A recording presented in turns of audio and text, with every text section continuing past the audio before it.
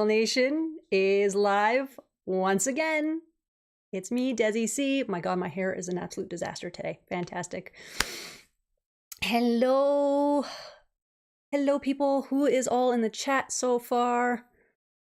I know I expect people to roll in slowly. For some reason, 8 p.m. is, well, 8 Eastern, sometimes a little early for some people, so some people like to stroll in a little bit late. So who's all in that chat so far? Ah!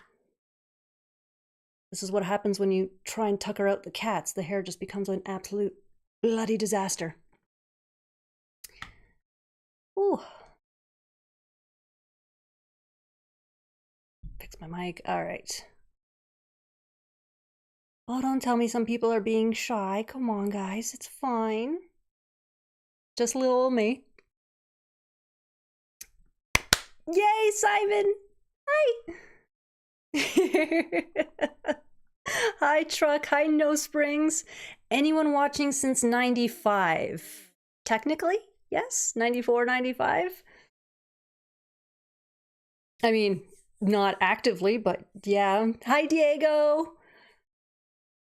I've stated before, I've watched on and off since 94. I never caught them the episodes consecutively, but that was me. Hey, at least I got them on DVD and could actually just binge watch. Who else binge watched since the DVDs came out? How about that one?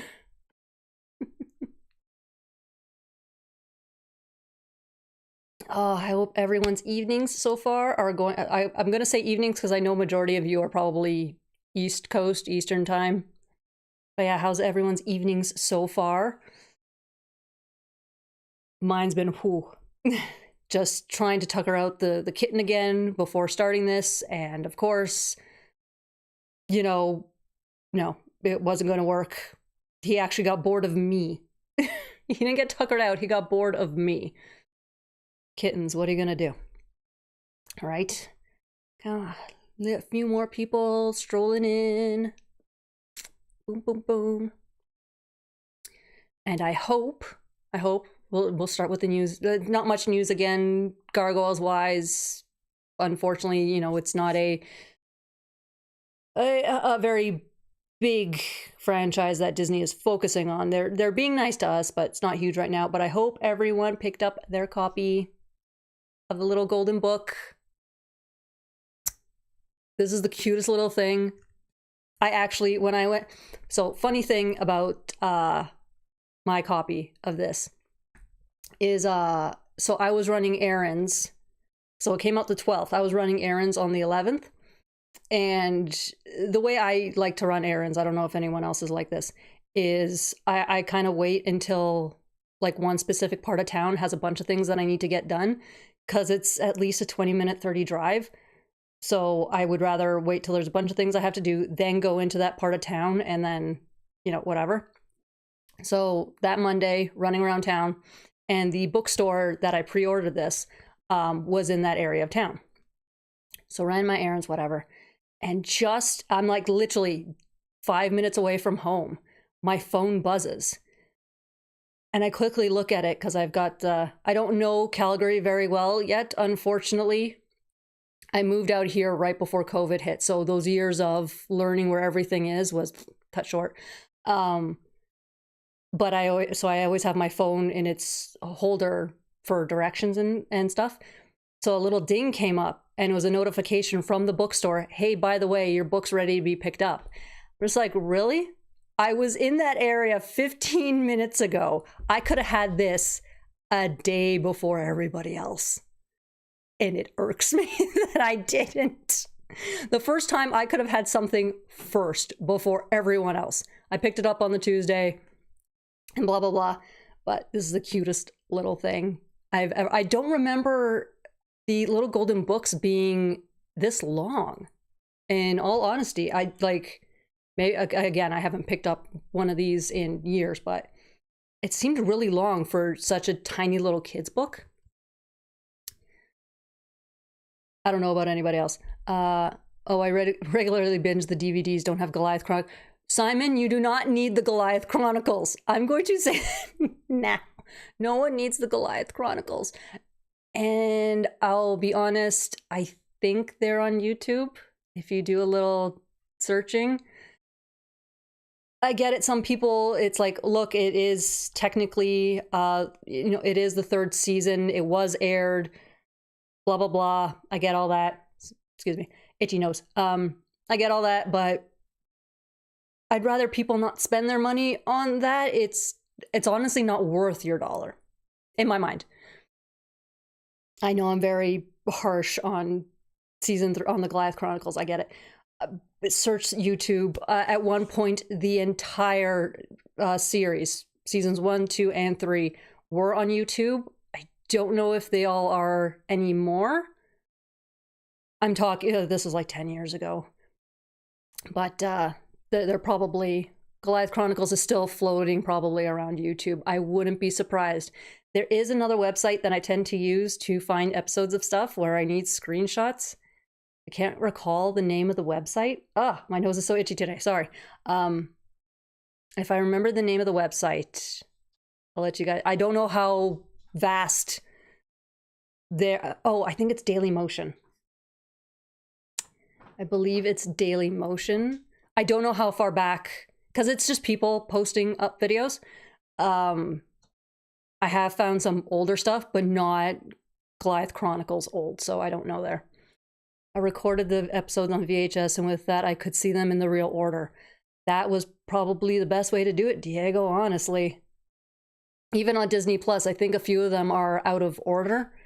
And plus, with the whole, hey, yeah, we have the wrong ending of vows. Disney, this is your product, and you didn't do your due diligence for this? You posted the wrong ending? Really? Come on. It's been 30 years, Disney. Can you get... Although if that's been changed, because I haven't had Disney Plus in like a year now. If that's been changed, let me know. But yeah. So there's that. Oh, and that was the thing. When I first saw when I got the DVDs, I saw that. I'm like, why are they in the clock tower? Because I didn't know there was a alternate ending. I didn't realize that Disney had made that error in airing it. And to know that they put the wrong ending on the DVDs. Like, really, everything else was correct, essentially. Yes, Tanya. I adore her. There's gonna be another video of me shaking the camera. It is what it is. Yeah, Tanya, God love her. She is adorable. I adore her. And it's, to be honest, because I do research for a lot of my videos. And remember, I wasn't old enough, essentially, to think about, hey, I was old enough to put it on VHS. But I wasn't old enough to go, hey, let's put it on VHS because maybe one day I want to stick this on the internet type thing. Like, a child's mind doesn't always work like that. Some do. So when it came to searching for images for the endings that were changed, all the retakes that were done, Tanya's site is where I went. Like, she did a huge amount of work. Applause to her. She saved my butt on that one without even knowing it. She has a huge resource in that website, and that's part of why I made that video, is because, somebody essentially did the work for me years ahead of me making the video. Guys, I just research the heck out of any topic that I do. And it's actually funny to bring that up. Granted, it's only been up for a day, but my last video, doing that whole Mandela effect and things that people think one way and are actually another way. Somebody actually tried to say that nobody thinks that. And I had to sit here going, what? These are misconceptions. These are Mandela effect things. Like, they're in the video because people have legit said this stuff. These are things that legit I have seen being said, being posted. You can't say this doesn't exist. People don't think this way. I got a kick out of it. It was fun. Good evening, everyone. Just found this channel. Happy to find out people love the Gargoyles as much as me. Dante, I'm not gonna say Dante. I hope I'm pronouncing that right. Thank you, Dante. I'm so glad that you have stumbled upon this little corner of the internet where we gush about gargoyles. I hope you enjoy your stay here where, you know, at least I have a blast. I'm not going to speak for everybody else. I'm not that type of person, mostly. But yes. Okay, good. Did I miss roll call? Present. I feel like I got in class just in time. Yes, you did, Lord Akira. Just in time. The bell was literally just rang. You made it. You're safe. No detention. You're okay. Don't worry about that. You guys are fun. But yeah, just for a split second to go back to like the misconceptions that people like don't think are a thing. Legit. And I'll show you, I'm going to show you a screenshot. You'll see which ones I clicked on. I scrolled through everything. But the ones that I picked are the ones that I saw firsthand. And guaranteed, that's not the entire list of things that Mandela effect, misconceptions, whatever the heck you want to call it. Guaranteed, that's not the entire list. Okay? Like, you can see which ones I specifically picked on because, yeah, those are the ones where it's like, oh, yeah, I know this one. I know the firsthand knowledge type thing. And some that I didn't click on that were still firsthand, you know, that I saw. But as you can see, like, the reason this list exists is because other people throughout the years have gone, people keep getting this wrong, and so we're going to stick this up online to tell people, hey, this is actually how it is. My little rant, my little ramble, just, Hi, Logan. Hi, Evanstar. Yeah, traffic. The only upside of living in Calgary is traffic is almost not a thing out here, at least compared to Toronto. I am very used to Toronto traffic where you don't move for hours. Calgary, it's nowhere near as bad. Like, some of these misconceptions I literally did not know. Like, Castle Waverne was in Essex. I didn't realize some people thought that. Again, it comes to, you know, somebody misheard something and then it goes from there. But yeah, if somebody literally be nice about it. Honestly, I don't want people being mean to everyone on the internet, but I just laugh when somebody tries to comment under one of my posts and says, you know, no, you're wrong. Like, I research the heck out of everything before I put the amount. Okay. My video on how gargoyles came to be. I should have counted how many hours I spent making sure I had every point that I made accurate, because I did not want to get anything wrong in that video. What have I missed? My alarm didn't. Don't worry, Evan. Sorry, it's just me having some fun, being me. I don't know. Did you ever ask questions to Greg in Station 8? I did not. I believe, I know he opens and closes it, and I think when I discovered it, it may have been closed, and we're talking 2004, 2005. It may have been closed when I first discovered it, so I may have not even realized that it would be a thing that opens and closes depending on his schedule or whatever, however they worked it out. So I personally never submitted a question to Greg, and that's also because there was the wiki that if I had a question, usually was answered in the wiki. A lot of people, they either don't look at the wiki or they don't look at the Ask Greg, and then they repeat a question and it bogs the process down. Granted, there's a lot of stuff to sort through if you do have a question. I get that people just want to ask their question, but doing literally 5 minutes of putting something in the search to see if your question has been asked, I'm betting would make things a lot easier for the people, because I know it's not just Greg, I'm pretty sure. I think he has a couple of people who sort through the questions for him. It'll make things so much faster and everything. 5 minutes, literally. There's a search engine for the website. Yeah, people be. Yeah, so how is Waverne pronounced? I pronounce it Waverne. because that's the way it's pronounced on the show.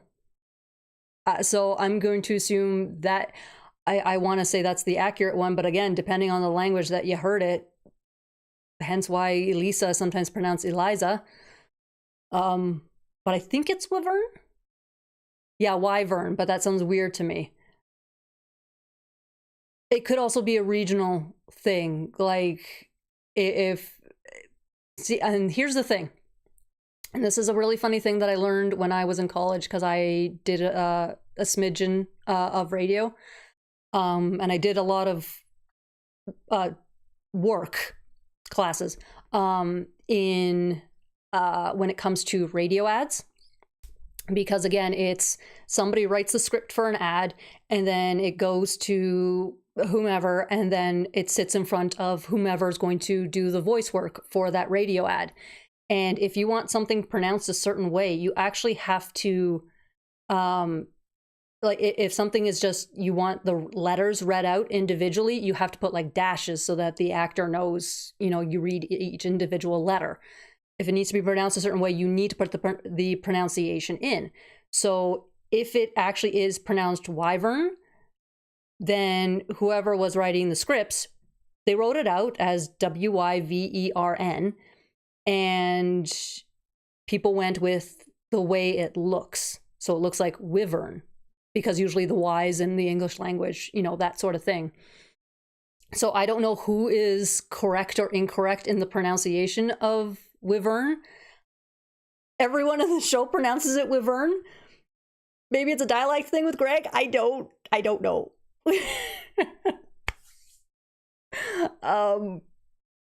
Maybe essentially somebody from Scotland, or who knows the language. I don't know, because there's also the translation that it goes through. I don't know. I'm gonna go with Wyvern because that's literally how I've pronounced it since I saw it.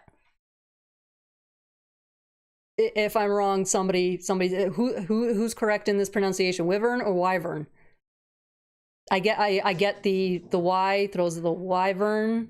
I get that whole thing. I don't. You're talking to someone who grew up literally listening to 4 different languages. So half the time I look at an English word and I go, how the heck do you pronounce this? So I don't know. Truck, that sucks. I hate when the computer's just like, hey, by the way, I'm doing this now.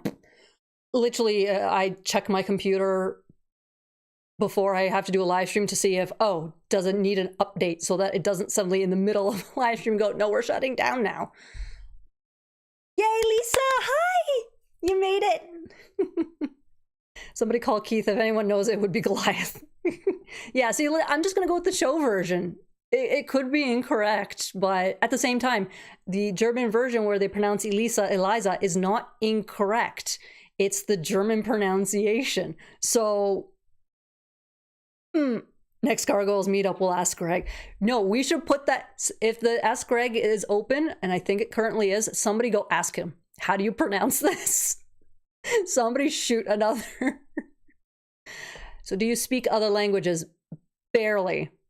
And it's something that I'm trying to work on now. So I live in Canada, so I grew up, obviously English being my first language, because it was Ontario going to school.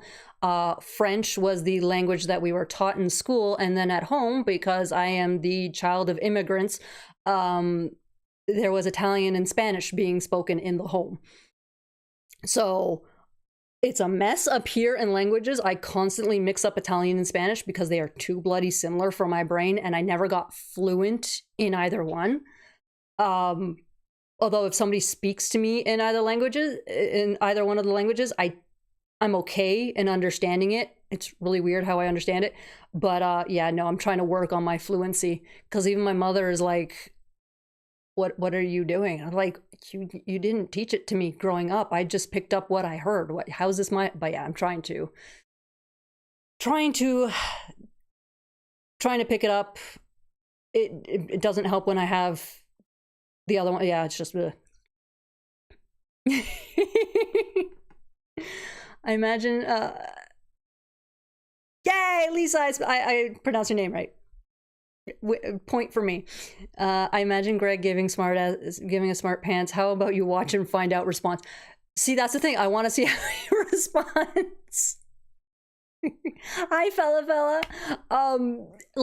That's the thing. One of my goals is to ask Greg a question where I get a smart ass response, because I love his smart ass responses. There's a whole video that I'm planning where it's either like Greg being a smartass in his responses, or him essentially speaking for his characters in a kind of smartass response. I want to do a whole video on that. So somebody managed to get a smartass response out of Greg. We need this to happen. And heck, you might get a shout out in the video.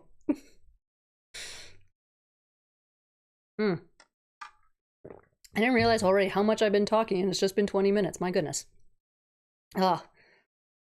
Busy day today. Saturdays, right? It's the first day where we can just run out, go do stuff, and then come back and relax. And it kind of sucks that weekends you have to do everything, because the weekday is too bloody busy with like work and stuff and other boring stuff. Like, I like to use my weekends just to do nothing, but... question for you, I don't think I've heard before, but why or how did you connect with the series so much? Honestly, fella, I don't really have an answer for you. As a kid, it was essentially, hey, look, it's interesting, it looks cool, it's very base, essentially shiny. I mean, we all have, you know, that kind of brain as kids. It's, ooh, shiny. That's why, you know, that's how shows work as kids. I don't remember being enthralled with the storyline or anything. It just looked really cool. Like, here's a show where essentially it's not just people in it. That's one of the things that I know was a thing that I liked as a kid. It's one reason why Beast Wars became another favorite of mine. It was, first of all, robots, and second of all, animals. So as long as it wasn't humans, it had a better chance of me wanting to watch it. And then when I watched it as an adult, I'm like, holy crud, like, this thing actually has this thing has plot. This thing has a storyline. This thing actually, as an adult, is keeping me, you know, I'm sitting on the edge of my seat going, wait, what happens? Like, name another cartoon from then, because they've done better over the years, but especially from then. Name another cartoon that actually, the only one honestly that may have done it was X-Men, but that had you, you know, at the end of the episode going, oh, I wonder what happens next. Not just because so many things were episodic. It was just, okay, we had a problem at the beginning of this, at the beginning of the episode, or, you know, this happened, the problem and solution right in those 20 minutes. Gargoyles, for the most part, a lot of episodes, minus first season, because they were, of course, getting people to understand the characters. So each character had their own little episode. Temptation with Brooklyn. I'm forgetting episode names already. God, I'm a bad fan. And of course, I remember the Brooklyn one. But the firearm episode with Broadway, Thrill of the Hunt with Lexington. More, I know it has the word morning in it, between Damona and Hudson. Like, so first season was a little more episodic, but not to the point of, here's an episode and we forget everything that happened in the next one. It was, yeah. That's what is fun if you're smart. Yeah, it's not the best. Yeah, see, Batman, but I'm betting we can't come up with a huge list of episodes that had you, you know, going, oh my goodness, oh my goodness. I love DuckTales, but I don't remember, heck, I don't remember DuckTales, I'll be honest. A lot of it I don't. But Bonkers was not very, you know, story-driven. It was very episodic. Goof Troop, episodic. Where's that one? Quack Pack. Episodic, you know, that sort of thing. They were enjoyable. No shade against them. It was just Gargoyles was one of the few that had you know, again, this was a show that, yes, was made for kids, but Greg and Co. were essentially, well, we want to enjoy it too as adults. And that's what they did. So they made it enjoyable for all ages. And that's how you make a show keep going, because even the adults want to watch it. The adults aren't going, oh, this show is going to be on. We don't want our kid watching it because it's really dumb. Or I don't want to sit through it. Let's pretend something else is on. You know, that sort of thing.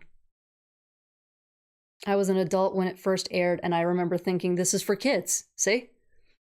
Yeah. It was essentially not really, you know, Disney's answer to Batman. And I would consider Gargoyles better than Batman. Although I have to rewatch Batman. I only have a handful of the seasons on DVD.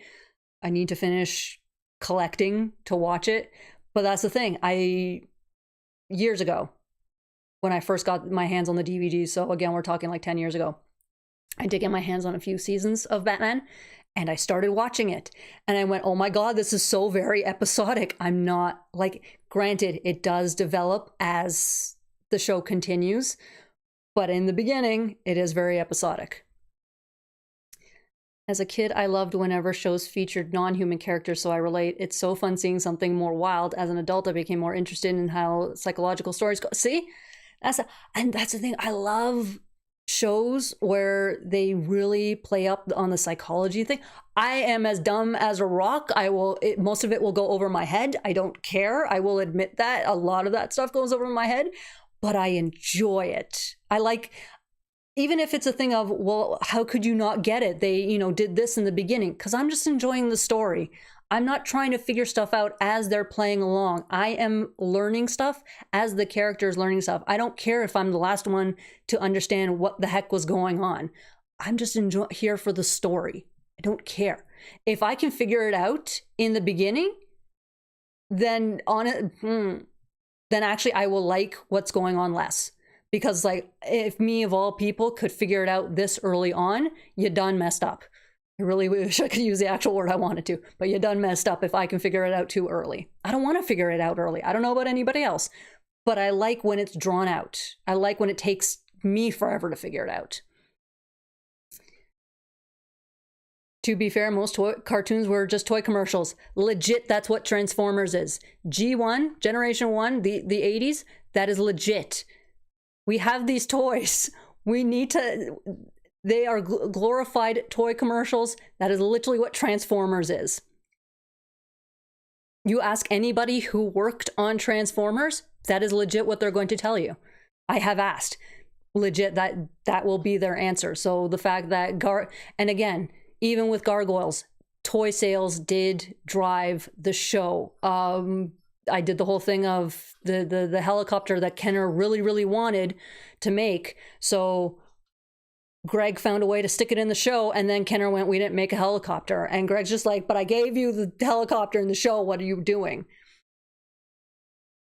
Toys, unfortunately, even now, are what drive the shows. If they can't make money on the toys, the show will drop 100%. That's the way it works. Batman was good, but in my opinion, Gargoyles was better. I have to, like, Batman, I need to give a rewatch, but 100%, I'm probably going to come out with the same opinion. Plus, how many shows have Shakespeare thrown into it? I am probably the only, like, Shakespeare nerd in here, and I use nerd loosely because I'm nowhere near as much of a Shakespeare nerd as Greg is. He is like, but I got kind of hooked on Shakespeare when I was like 14, and you know, then finding out about the show again and watching and going, wait, they put Shakespeare in this? Yeah. A childhood memory that stuck with me is of my mom spoiling the twist of Batman Mask of the Phantasm while we were watching it in the theater. Ah, no. See, that's terrible. As an adult, it's one thing. It's like, oh, you spoiled, you know, you spoiled this for me. How dare you? As a kid, oh, it's got to be the worst. 90s Spider-Man was another series that had over... Yes, 90s Spider-Man. I said it the last time. I have a bootleg version of 90s Spider-Man. because I loved the show so much, and I'm like, I need to be able to, and streaming wasn't a thing. I'm like, I need this on DVD or Blu-ray. I don't care. Put it on VHS. Give me 90s Spider-Man so I can watch it. I have it on DVD. And when I found out it was on Disney Plus, I binged the heck out of that, because 90s Spider-Man, that one I have better memories of from watching it as a kid. And yeah, watching it with my brother. So yes, 90s Spider-Man, forever. Yeah, just 90s Spider-Man. Loved it. And see that again, that thing, all humans, but storyline. So it was slightly confusing to watch that, you know, if I missed an episode, but I just, as a kid, I'm like, whatever. There's stuff happening.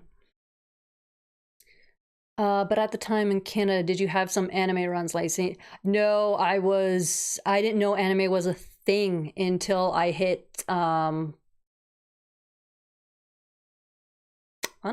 probably high school. That's probably the safest bet for me to say. I had just kind of regular American TV because I had the giant dish in the backyard.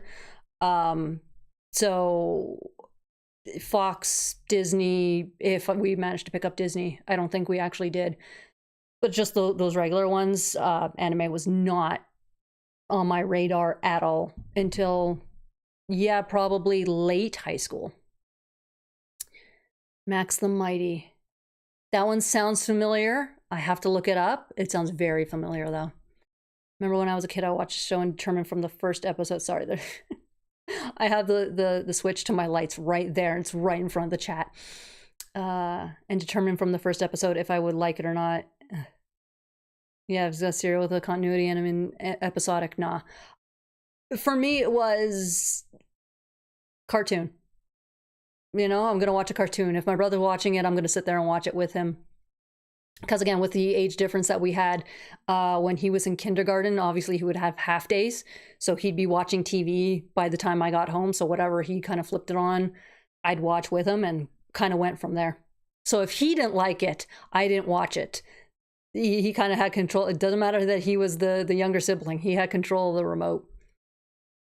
I love the fact that Shakespeare was thrown into it. Yes, I'm not the only one.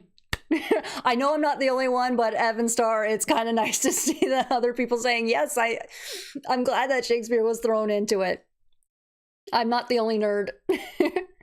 Excuse me, I nerd over Shakespeare a bit. Did live reads during quarantine to not be bored out of my mind. Simon, that's really cool. Like, I don't live read Shakespeare. Probably I should, because more than likely I'd understand it better if I did. So funny story to me. Grade 9, probably most people did this, you know, age 14. The first Shakespeare play that we were all forced to read was Romeo and Juliet. It's kind of the entryway into Shakespeare for most people, most schools. And but the books that we used, because again, this is for high school students learning about Shakespeare, certain terms that obviously wouldn't be well known to modern day English speakers, they'd have the translation in the margins or on the outside page, whatever. Yeah, the margins, the translations. And so we, you know, in class, read a section, whatever, and the teacher would normally obviously ask you, what are they talking about? And of course, no one that would raise their hand. For me, I couldn't, I still to this day don't know if it's because people just didn't want to answer or because they didn't understand or whatever, but I would look at the margins and see what was written. And so the teacher would ask a question. I'd just be like, yeah, he's talking about this. She's talking about that. Yes, you're right. And people would look at me and like, was I not supposed to answer? Or like the answer's literally right there in the margins. Guys, what? I quickly became his favorite student, but that's also because he absolutely loved the fact that that I would pronounce burrito by rolling my R's. So I would pronounce it burrito. Because again, it was me trying to get a better grasp on my Italian and Spanish. Especially with Spanish, it was rolling the R's. So I was practicing kind of rolling my R's. And he loved how I pronounced burrito, to the point that he would like toss me a dime or a quarter he'd be like, I need you to say the word for me. And I'd say it, and he'd toss me a dime, quarter, whatever. And by the end of the week, I had enough money to grab a pop from the pop machine. One of my favorite teachers, I believe his name was Mr. Yan. I hope he's still around. One of the greatest English teachers I've ever had. They're about to continue the 90s Spider-Man with comics. No. I don't need to spend more money. But I will happily. See, now I'm collecting Gargoyles comics, obviously, Mega Man comics, and now 90s Spider-Man.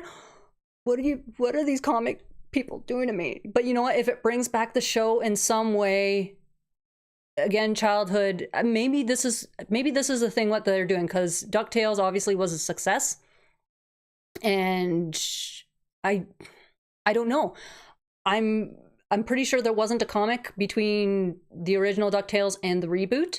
But I wouldn't be surprised if, Disney owns Spider-Man. I wouldn't be surprised if Disney is essentially testing the waters for different franchises to see how popular they are. And they're using the comics as a way, first of all, more money. Oh, excuse me. But they're using the comics as a way to see how popular the shows are and maybe bring them back.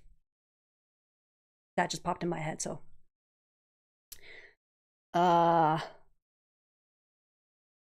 You guys are chatting like crazy and I absolutely love it.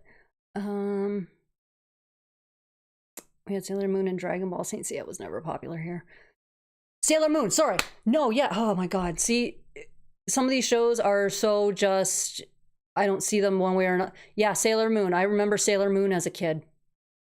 How could I forget Sailor Moon? Oh my god, I'm a terrible, terrible fan. I researched the heck out of everything.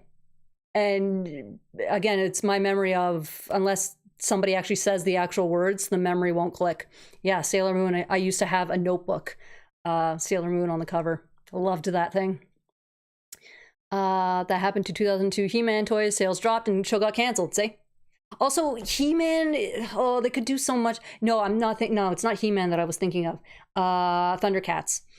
That's one where it's like they don't know what to do with Thundercats, so it just keeps failing. They keep bringing it, and it keeps failing because they just don't know what to do with it. He-Man, again, they could probably do so much, and they just don't know what to do with it, and the toy sales are abysmal. I know a bunch of people who are collecting the He-Man figures almost every time it comes out, but at the same time, they're going, how many He-Man figures can I have in different versions? Like, can you just pick something and do it right? They'd rather see the show come back than the toys, but the toys are what drive the show and all that stuff. I changed a lot, but it's fun seeing how comfortable and nostalgic this stream is making me. Yay! That is part of the goal. I want people here to be comfortable, to nerd out, you know, let's chat about our childhoods, all that fun stuff. Not even Robotech. Robotech sounds familiar. No, I'm making notes now. I'm making notes. Robotech. What was the other one? Yes, unfortunately, my desk is going to shake horribly when I write stuff down.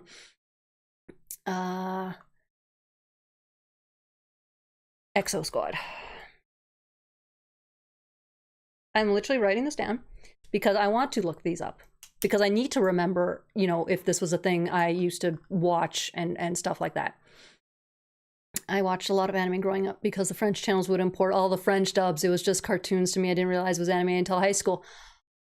See, there you go. I didn't have Canadian TV. And so I missed out a lot of the only like Canadian television that I used to watch. And I don't know if this was a time where like we didn't have the big dish working or whatever, but was TVO. That was the only Canadian content I would get, and global. But I can't remember, and hopefully the few Canadians that I have in here, the Raccoons, because I know I did see it in French as a kid, but I don't remember what channel it aired on. It may have been CBC. While we're mentioning cartoon standouts, shout out to Greg's Starship Troopers series. I still need to read his books. Unfortunately, I got a little crazy with the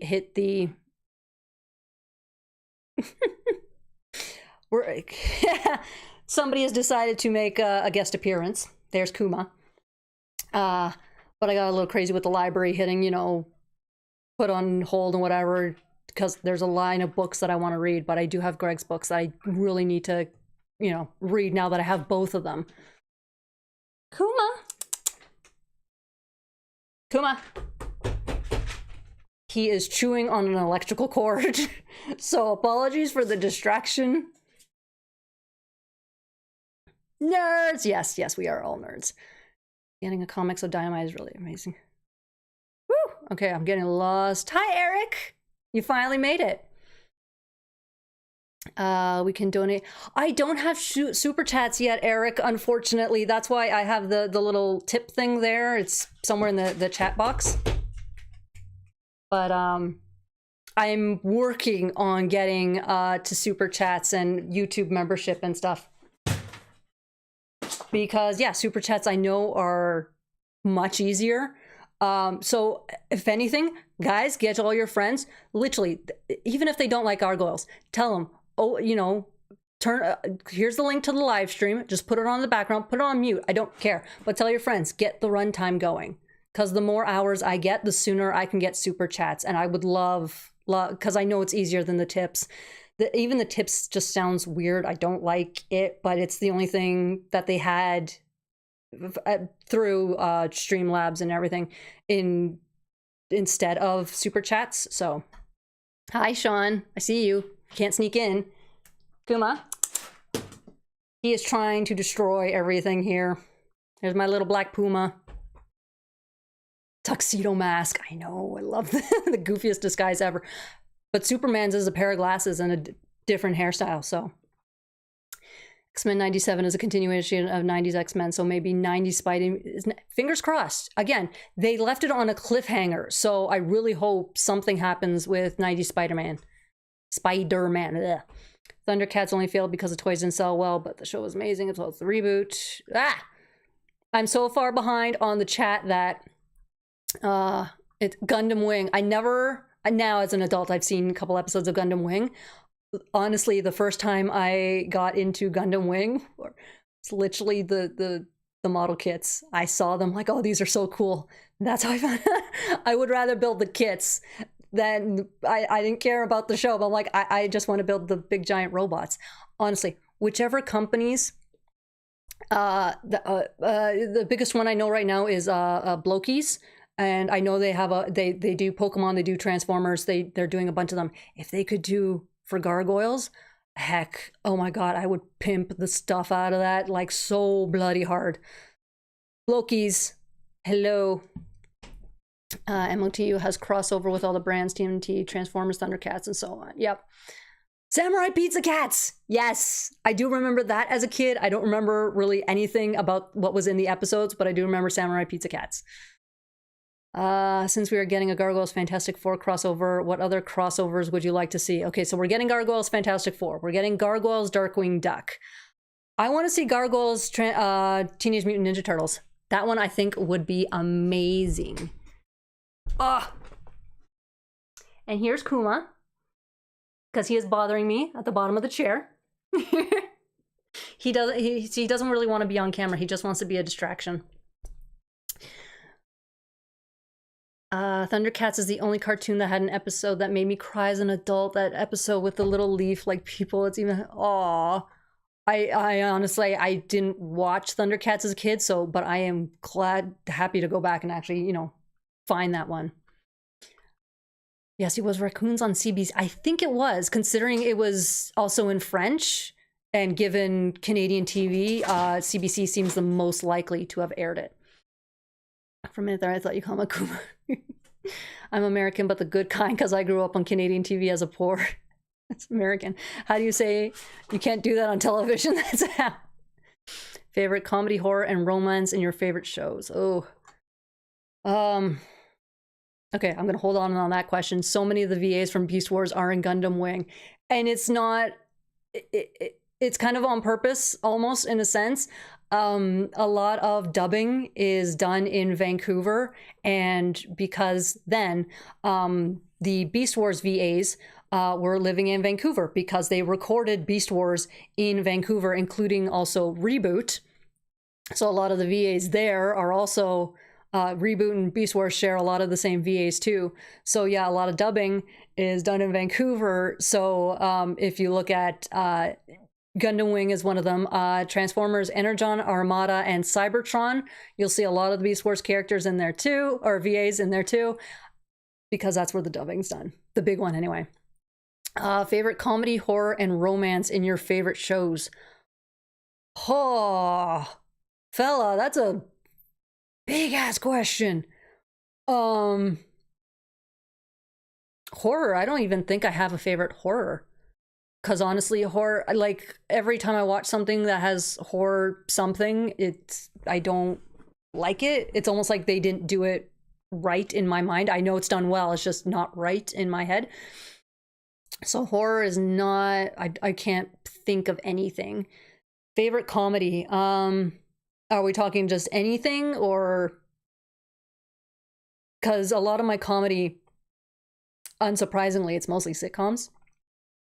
And obviously a lot of it's like Will and Grace, Friends, Frasier, all that kind of stuff. And romance. You will not find a favorite romance in my list of favorites because I always find them stupid. Not that romance itself is, the genre is stupid. I have read a few like romance, I don't want to say romance novels, but you know, novels that have romance in them and they're done very well. It's just, I don't know, when it comes to like TV and movies, they always just kind of suck at it in my mind. Could just be me. At the 2000 gathering, the radio play was the 4 not completed Roughneck Starship Troopers Chronicles episodes. Ah, that's awesome. CBC and TVA, see? I didn't have TVA, but I had CBC. Most Canadians, you will find we grew up on CBC. Because everything was on that, including Hockey Night in Canada. So, and that will be a thing that I will forever be mad about, that because of money or contract, whatever the case may be, I can't watch Hockey Night in Canada on CBC anymore, and it angers me. I am lucky that because of my mother, I have access to Amazon Prime, so every Monday I get to watch a hockey game. But for me, it's like, can I watch my Leafs, please? I can barely watch my Leafs. Forever mad. Do you realize that there were a lot of cartoons with a non-human characters plus a female friend, like TMNT, Street Sharks, and others, but just Gargoyles had that more adult tone? Yeah. So not last year, it was early this year. Street Sharks became available on either Pluto or Tubi. I can't remember which free streaming service. So I decided, oh my God, I'm going to start watching Street Sharks again.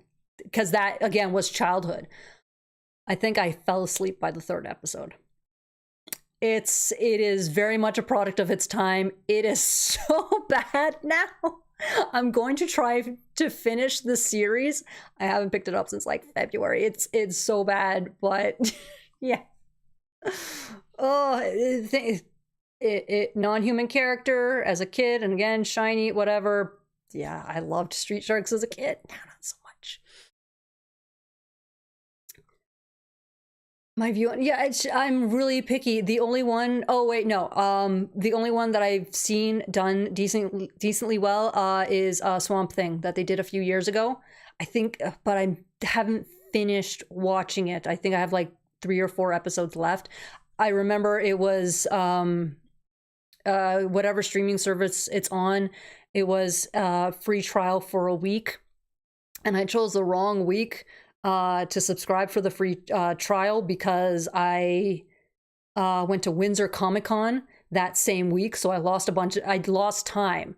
I was only able to watch like an episode a night, and the week ran out, so I haven't watched the entire series, but Swamp Thing, they did well. David Kay, Gary Chalk, Venus Terzo, Scott McNeil, so many great Canadian voice talent, and yes, they're all in Beast Wars, best Transformers show. And I will mention all those voice actors, absolute gems. They are the sweetest people. If you ever, whatever convention you're going to, if they happen to be signing there or whatever, go say hi. They are the sweetest people. And more often than not, they're going to be a voice in something you watched as a kid. 100%. David Kay's in everything. It's almost at a point of, David, what haven't you voiced? But yes, they are all sweet, fantastic people. I think my problem with some of the romance movies or subplots in certain movies is I want to yell, run, girl, run, because the guy raised so many red flags. It's ridiculous. Some of these things are like, oh, it's so, cute that this guy does this. Like, girl, no, what are you? No, run. That is going to be a problem later on down the road. But yeah, that's one of the big things. It's cute and whatever. It's like, yeah, because the dude has money. If he was living in a trailer and broke, red flag. But apparently it's okay because the character has money. Yeah. And you see it in books too, all the time. And that's one reason why I just avoid the genre, because it's done over and over and over. It's like, can we see something? I get it. Healthy relationships aren't sexy or whatever, but yeah, they are. Come on, guys. That's actually an interesting point Diego G made. Besides audience surrogate, why are there a lot of shows with monsters teaming up with a random human lady? Good question.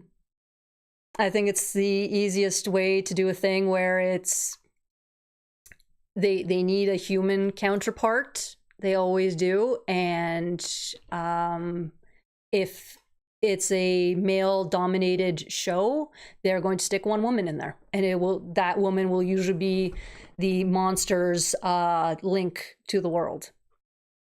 So and Transformers does it too. They will mix up the humans that they use, but if they have multiple humans, there will always be at least one female, because they kind of have to. But yeah, there will always be a human connection, a human link. Always. Unless, I could be wrong. I haven't watched everything, but the ones that I've seen, that's the way it is. Pains me to say Street Sharks did not hold up well. The toys were awesome back in the day. Those toys, I have seen them on Facebook Marketplace every now and then, and people are legit trying to get like $30-40 for figures that A, are missing pieces, and B, have so much paint rubbed off. It's like, guys, I get it. It's a 30-plus-year-old show. This thing is worth $5 in the condition that it's in. Like, you're absolutely crazy to be trying to get $30-40 for something that, if I go to a garage sale and I'm lucky enough to find it, will be there for $5. I got so much secondhand embarrassment from the Street Sharks cartoon. Oh God, I will somehow manage to finish watching it. I don't care if I have to get a little under the influence to try and make it through, or treat it like a Mystery Science Theater 3000 and throw popcorn at the screen. I'll figure out a way to get through it. You probably really like the Swamp Thing comics from Alan Moore. The series took a lot of inspiration from. Oh, good to know. Can I find the comics anywhere for free? I don't need more comics to buy. I'm gonna see if my library has them, actually. My library has been very, very good to me. I got the DVD of that Swamp Thing series. Jealous, Simon. We need more Justice League Dark. I've never watched Justice League Dark. Honestly, one of my favorite Justice League things is the Justice League shorts that they did. They were like 10-minute episodes. I'm sorry. They are amazing. They are the best. I was so excited every time I managed to catch one, because I never knew the schedule. I would be like flipping through the channels and Justice League shorts would be on. They are hilarious. I love the way they did the characters on. For 10-minute episodes, the character arcs are fantastic. They did such a great job. Just picked up Demona #2 today, along with the Power Rangers Prime and TMNT. And you know what's funny? I haven't even read my free comic book day comics. I still have the pile there. I got so busy with stuff. So many crossovers. I'm so happy and then also crying, because these are things I want to read, but money. Like, I cannot keep up with everything. It is fantastic that all this is coming out, and I'll probably wait for trade paperbacks or something. Kuma has decided to be a terror today. It is what it is. So enjoy the insanity that's going to come from him. Hey, KO Joe. Nice to see you again. Last for listening. 30-40 bucks is the markup price. Yeah, I get it, but at the same, it's in the worst bloody condition. I understand if it's mint and sealed package or mint and sealed box and you want to charge 100 bucks for it, that's fine, because at least it's the original, it's still in pristine condition, all that stuff. But if pieces are missing and the paint is scuffed, sell it for what it is.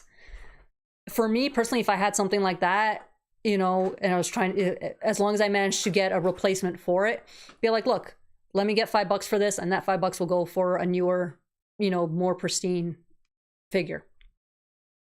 Drunken Street Shark stream. Oh, guy, maybe I should do those on Twitch, because Twitch seems to not care so much about what's shown on screen. Yeah, maybe that's where I gotta do, you know, the Gargoyles episodes, Street Sharks, whatever. Oh no, fella, by all means, the questions are fine. There are no issues. Don't worry about it. Y'all good. I like the questions. I like being kind of forced to think. It just takes me an extra second, that's all. And it's stuff that I don't really think about. I just, when it comes to media, I kind of consume and enjoy. I don't make note of, oh, it's part of this or it's part of that. I just consume and enjoy, and I go from there. Street Sharks is only 40 episodes. It's 40 episodes. I didn't make it to episode 3 and I was done. Dude. 40 episodes is a lot. I may have to do like in chunks of 3. Because, yeah. There are ways to read the comics for free. Hey, as long as they are available for free, I will be able to. Oh, thank you, Eric. Mwah. Yeah, as long as they are made available for free, I will manage to find them. I already have a couple sources where I've, you know, had to look for, you know, the Gargoyles Marvel comics and stuff like that for video. So I know where to find them. Hopefully they have them. But all the old figures are insanely expensive. Have you seen how much can cost Silverhawks figures? Easily over 300 bucks if they have the chrome paint on a pristine. Wow, that's crazy. See, that's the thing. I love collecting, obviously. Nothing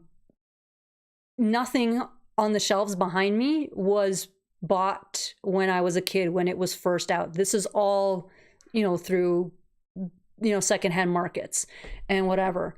So, like, I love being able to collect what I didn't get to get as a kid. But some of these people, it's just like, oh, but it's the original. Yeah, okay, fine. Like, in terms of Street Sharks, if I want the toys now, I'm just going to go buy the reissued ones. I don't... It would be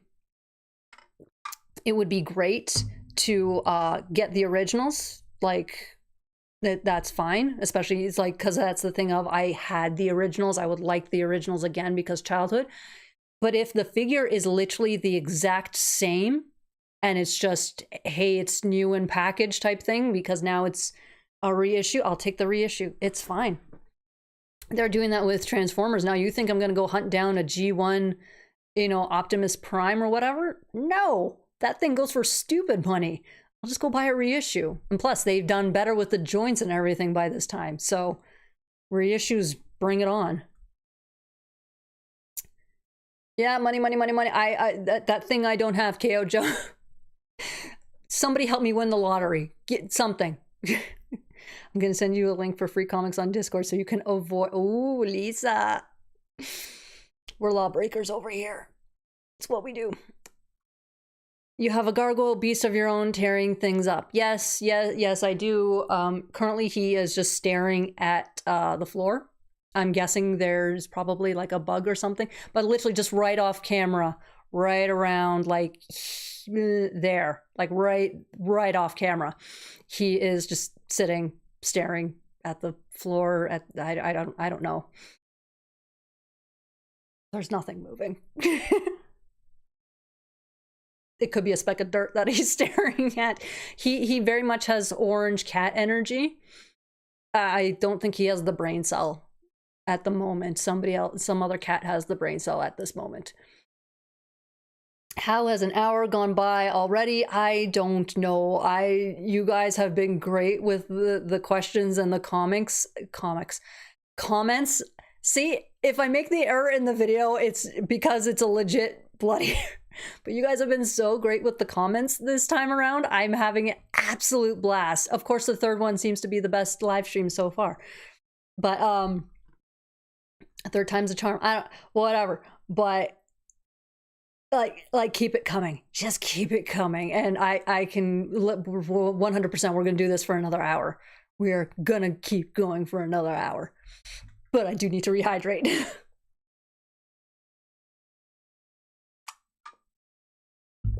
Ugh. Yeah, he's still sitting there staring. It's very cute. Are you streaming every Saturday? You know what? I think this is gonna be a thing. I think every Saturday is going to be a live stream, unless something comes up and I have to switch, like move it by a day. But that requires something like huge to happen. My Saturdays tend to be free in the evenings. This is late afternoon. Now it's evening for me. But Saturdays tend to be the better day. Maybe I might.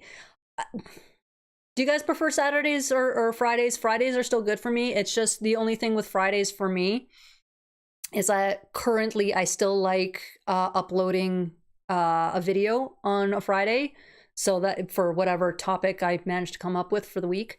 So I kind of like right now leaving Fridays for that and Saturdays for live stream. I can always switch. Like, I'm still trying to figure out which days might work better for live streams. I could always do the live stream on a Friday and the regular topic video on a Saturday instead. I'm still in my head with all that, but yeah, see, Fridays and Saturdays are the better days. The one thing I 100% wanted to avoid was doing this on a day where the next day majority of people work, obviously. Because the last thing, it's like, oh, the live stream went until 10 p.m. Eastern, and because of somebody's work schedule where they have to be up at like 6 in the morning, they're in bed by 9 p.m. Like, that was the one thing I wanted to try and avoid. 7 days a week, yeah, no. Maybe the only thing, the one thing I want to avoid is alternating every week. That's going to confuse people. Heck, it would confuse me too, especially since most of my viewers or most of my subs aren't following me on social media where I, post what day I'm going to live stream. So right now I think it's going to be consistently.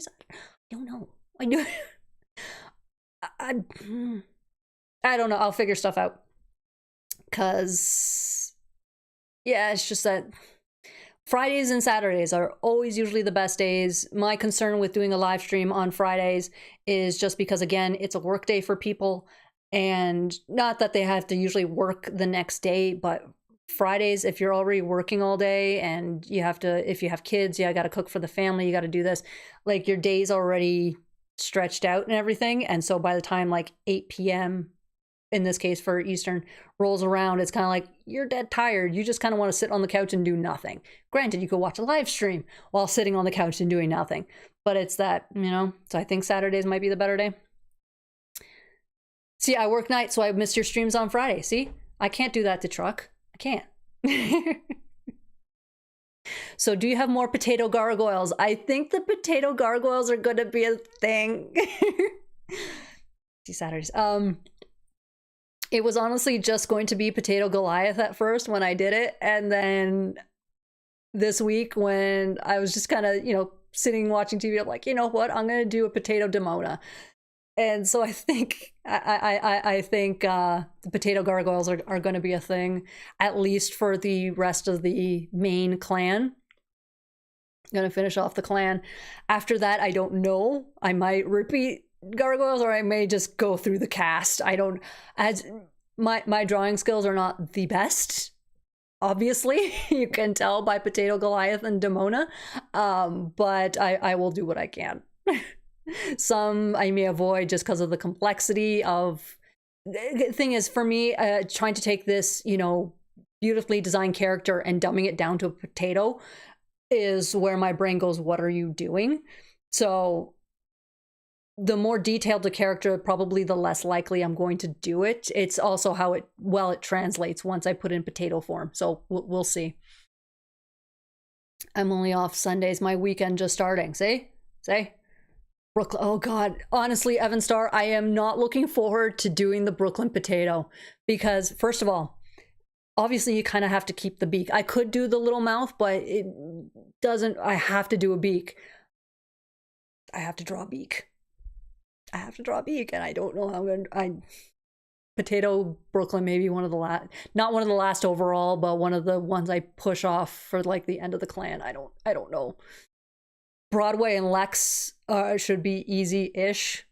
I mean, oh my God, do I have to do a Bronx? How the heck am I going to do Bronx? How am I going to do potato? I'm going to have to turn the potato on its side. We need a whole potato clan. I did this to myself, didn't I? Me just trying to have a little bit of fun in my announcements, and now I roped myself into a potato clan. I am happy to do it.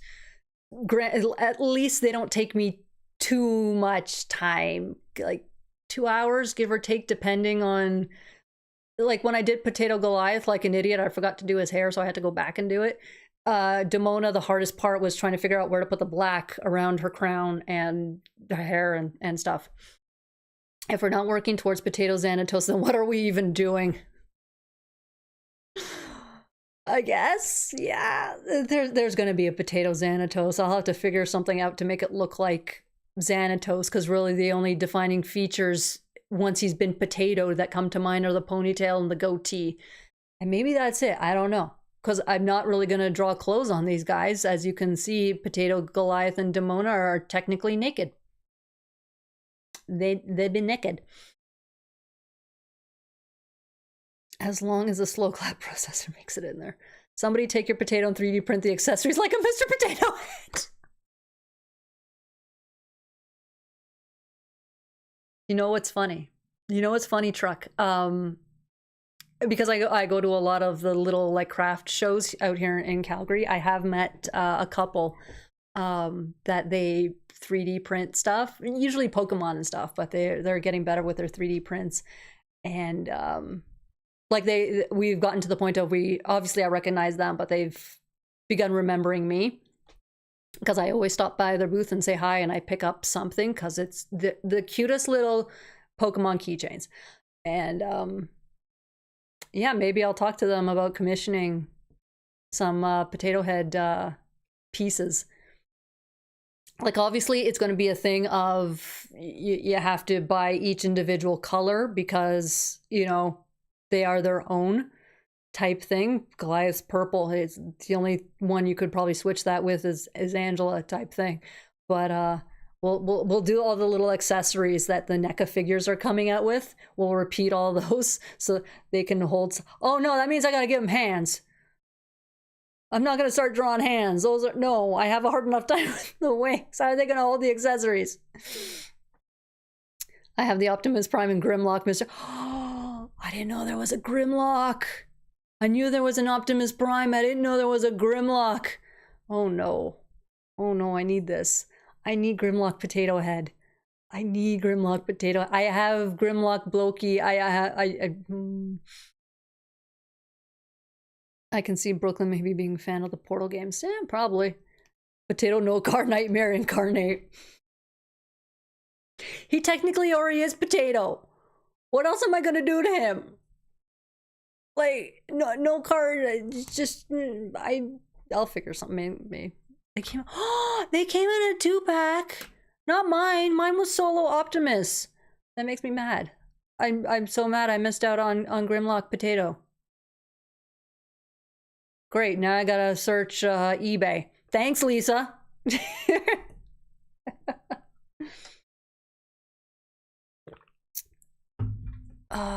See, how would we do accessories? If my potato's gotta have hands, I gotta draw on the hands.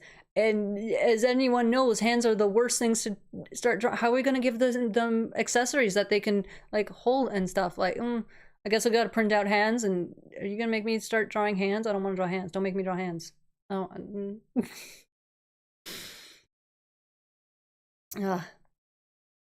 See, Kuma. See, brain cell. There's no brain cell right there. He is.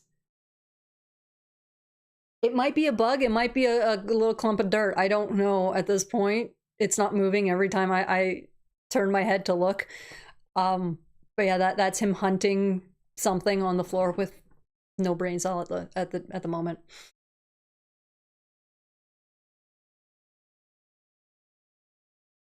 I don't know. This is why I love cats, though, especially him. Orange cat energy. I didn't need to get an orange cat. I just got a black one who has, you know, an orange soul. Anyone who has orange cats understands. Oh, yes, more hydration.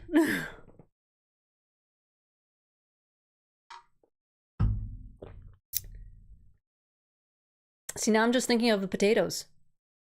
How am I going to do all these potatoes? How am I going to draw hands on these potatoes? Like, because I still have, like, little Goliath right there at the bottom of the screen. Like, I think hands would kind of ruin the whole aesthetic there. So how do we print out accessories for them?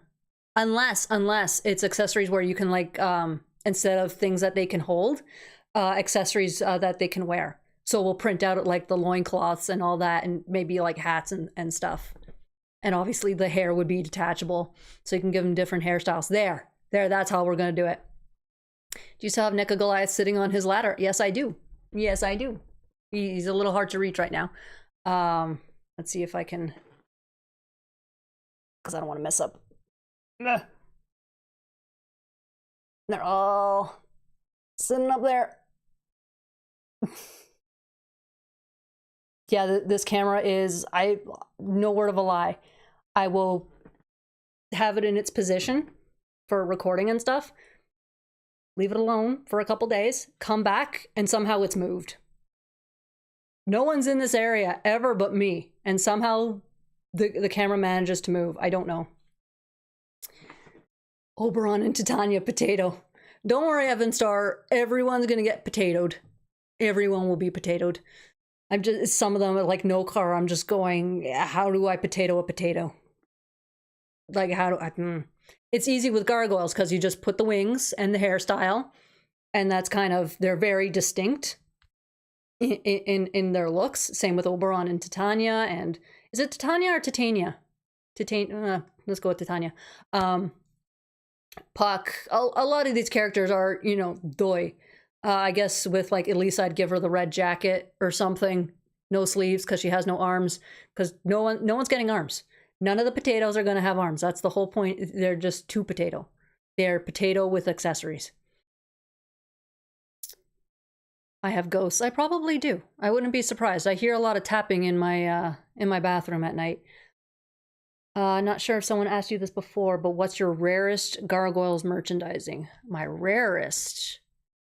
Always been asked what's my oddest or weirdest, but my rarest. Honestly, it might be the Goliath bank. Because a lot of the stuff I have, I have the coloring books, I have the cards, I have the lunchbox and the mugs. But the one thing that rarely comes up is the Goliath bank.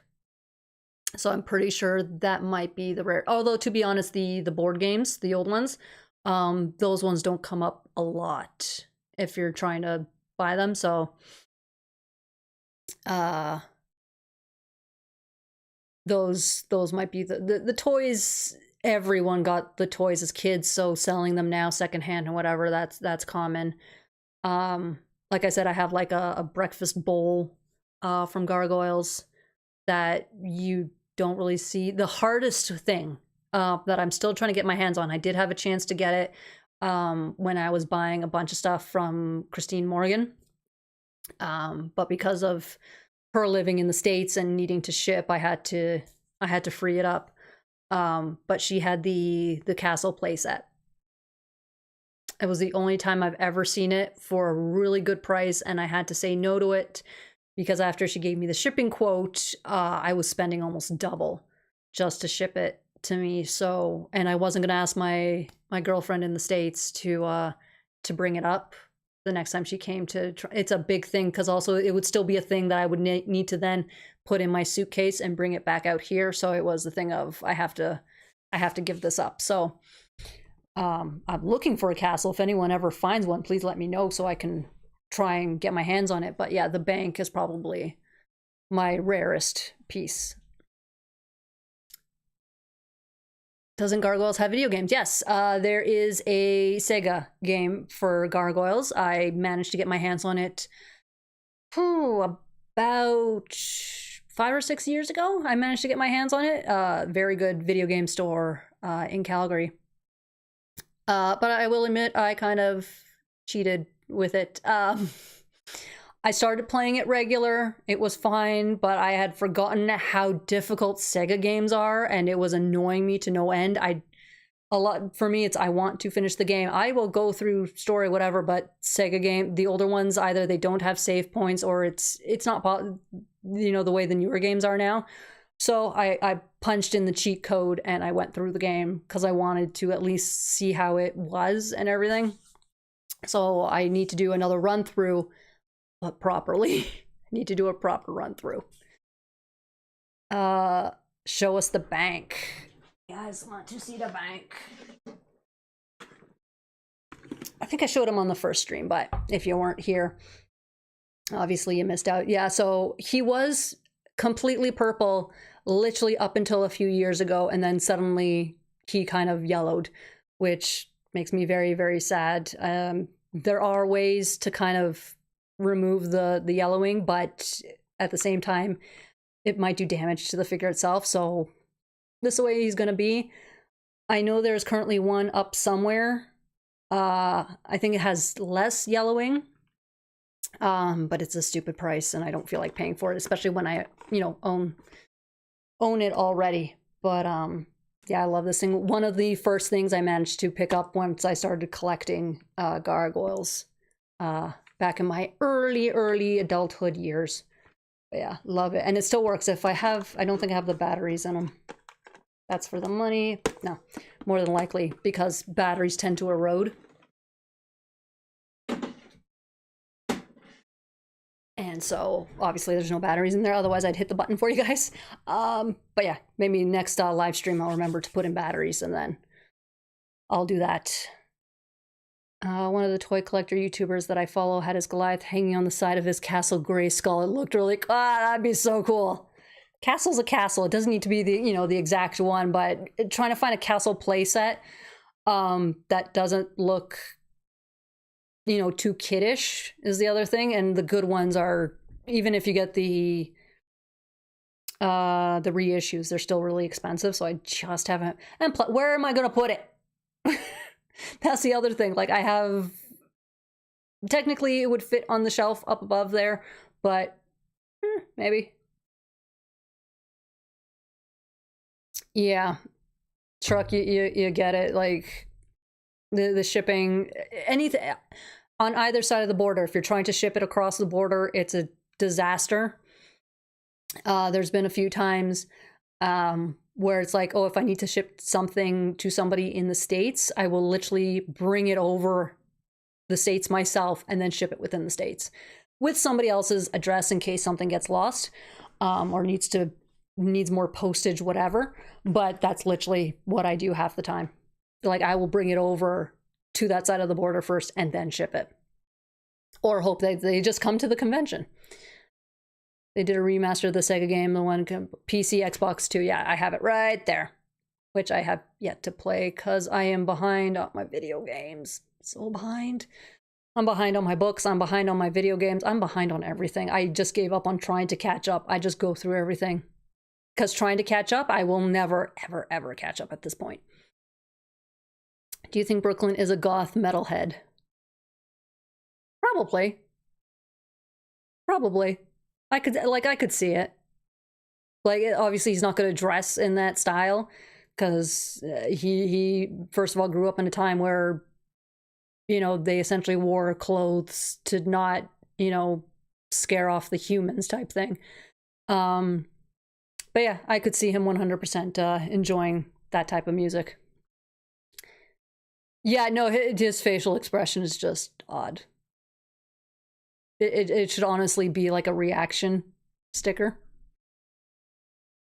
Or Brooklyn is a fan of hair metal, yeah. He just learned Goliath Chronicles was a thing. I think Brooklyn would be into metal, but more into grunge. Yeah, I could see, yeah, probably more grunge. Yeah. Do you have the Tiger Electronics Gargoyles? I don't. I don't. That's another thing that is extremely rare. I keep forgetting that it exists. I remember I had one as a kid, and for the life of me, I can't remember which one it was. I had one. I loved those little, you know, handheld games that they made. But yeah, unfortunately, Gargoyles was not one that I owned. And when it pops up, you know, somewhere online to be bought, again, it's just bloody expensive. That is the problem with trying to collect vintage. You're either going to pay out the nose for it or you're just not going to own it. That's usually the way it goes. I have the PC version, which I got for free. Well, la-di-da, Sean. I paid for mine. No, if anyone managed to get the game for free, like bonus. So you're still supporting the show because showing you downloaded it and you didn't have to pay for it. It's best of both worlds. I had it and I have no idea where it is now. Yeah. I'm still trying to find the bloody Gargoyles watch. I don't know where that wristband went. It is somewhere. For the life of me, I have no idea where. It's going to show up just randomly one day. I feel your pain about being behind on things. I got a stack of DVDs to get through. When that will be is anyone's guess. Yeah, that's... If I could show you guys my bookshelves, because I had a very bad habit for many, many years to just buy books because it looked cool or sounded awesome, and then never got around to reading them. I literally have, if you condensed it, 2 full bookshelves minimum of books needing to be read. So and it doesn't help that now I'm getting everything from the library. So again, my TBR list just keeps growing because instead of reading what I currently own, I'm going to the library to read stuff that's coming out. Nope, it's just, there's the list. It's going to be an ever-growing list, and I eventually slowly will go through it somehow. That's it.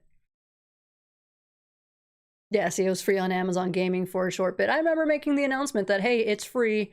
Go download it. Go show Amazon. Go show Disney that, you know, people want this. And you have to be an Amazon customer to have gotten it, but at least you showed Disney, hey, by the way, yeah, we love this game, and, you know, give. I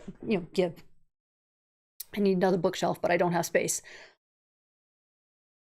I managed, so the way the basement is set up is we have like the stairs, and then there's this like little cubby thing, and then there's a post, and then where I am. And I thought that's a lot of like open space to just use like the one wall where that cubby is. And it's essentially the wall of the closet, where there's a closet behind that wall. And I'm like, you know what, this could actually be really, really cool if I do this right. So up against the stairs, because there's a rail, but up against the stairs is one bookcase.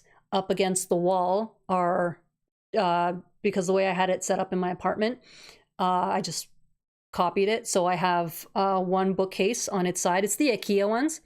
I have one on its side, a pair of really big speakers that now aren't hooked up to anything in between, and then another bookshelf on top. And then, because there was that still big open space where the pillar is, I stuck up another 2 bookcases to kind of make like a little reading nook in that space. So actually, yeah, there's 2 or 3 bookcases just full of books, because I forgot that I have some books that are laying on their side to make up oh god. I am a book hoarder, unfortunately. It is what it is, but I like reading. It helps keep your brain active. So if you don't like doing puzzles, read. If you don't like reading, do puzzles. You got to keep your brains active. It's very, very important, especially as we're all getting older. None of us are getting any younger, so keep the brain active, and that's one of the best ways to do it, reading or puzzles. Got to keep the brain thinking. I need another book. Yeah, I don't have. Yeah. Oh my goodness. Guys, we've been chatting for an hour and a half almost already. How has it already been? How's it for me? It's already 7:30. How? Okay, let's go crazy with the comments and the questions. Let's make this last half hour just absolutely cray-cray and fun. Whew. Yeah, I can feel my voice starting to go. I'm talking a lot more than I usually do, considering it was going out like near the beginning of this live stream today. So you guys I love it. You guys are keeping me talking almost the entire thing. Did you get that limited run exclusive, Desi? I was thrilled when I opened the box and I heard. No, I didn't get the exclusive. Like, that's every time they do this with video games, it's always, you know, spend a little bit more and you get, you know, this figure, this thing, and that's all well and good. And I kind of love it when they do that, because I love the extra collectibles that you can get with the games. But for the limited run, when they did Gargoyles, I had to, you know, sit back and go, okay, how much am I willing to spend? Because unfortunately this time I'm spending in American funds. So I had to pull back and just get the game, because spending that much American with the Canadian dollar, you know, at the time not being great, still not great. With the conversion rate, and on top of that, the bank fees of doing the conversion, it was, no, I couldn't do it. I always have some American cash on me because I travel to the States so much. But most of that American cash, you know, is only gained so often. It's usually when I go to the States, I manage to make some money back. And so I got my friend to purchase it, because I think at the same time they wouldn't even allow a Canadian credit card or something. Something went funny, and I needed to ask my girlfriend to buy it for me. And because I don't have American funds in PayPal, it's pure, you know, hard cash. So she ordered it for me, had it shipped to her house, and when I saw her later on that year, I just gave her the American funds for it. So that way, no conversion rate, no nothing. But when you only, you know, have like essentially $300 American to play with per year, it's, as much as I wanted the limited edition, I had to leave it alone. Aw, thanks, Evan Star. Speak for yourself, simping fountain of youth water. Sir, how dare. I always thought that's why I have the hot spring. Could be. Could be. You never, like, never try to understand really why things are. Just accept it and keep going. Just accept and keep going. So, money in space, the bane of collecting. Yeah.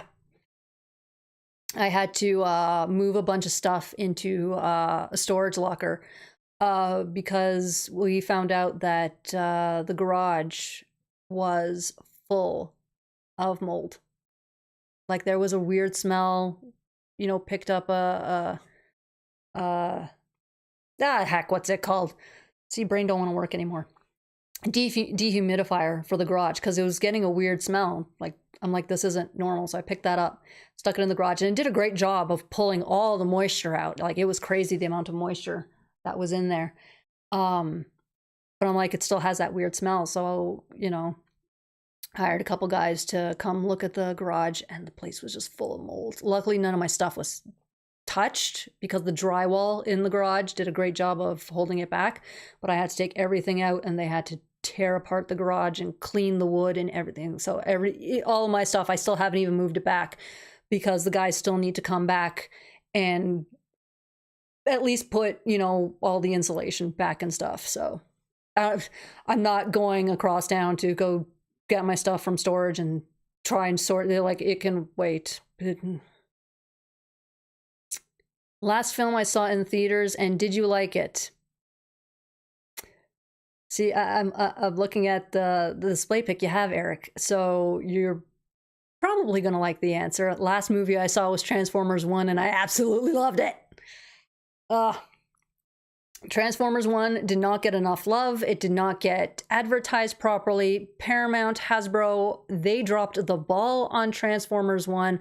I kind of hate them for doing that. I need to get my hands on the Blu-ray, whatever. seriously, if you are just a casual Transformers fan and you haven't seen Transformers 1, either do a free trial with Paramount, I'm pretty sure it's still on there, you know, sail the high seas to watch it. At this point, I don't care. I'd prefer the Paramount way because it's a free trial, and that way you can show Paramount and Hasbro, look, it was watched. But in terms of, hey, we have a Transformers movie and there's no humans, we have a pure Transformers movie, go watch. Go watch. You won't be disappointed. You really won't. And I say that as a Beast Wars fan. I'm not Armada, Energon, Cybertron, G1. I don't watch them.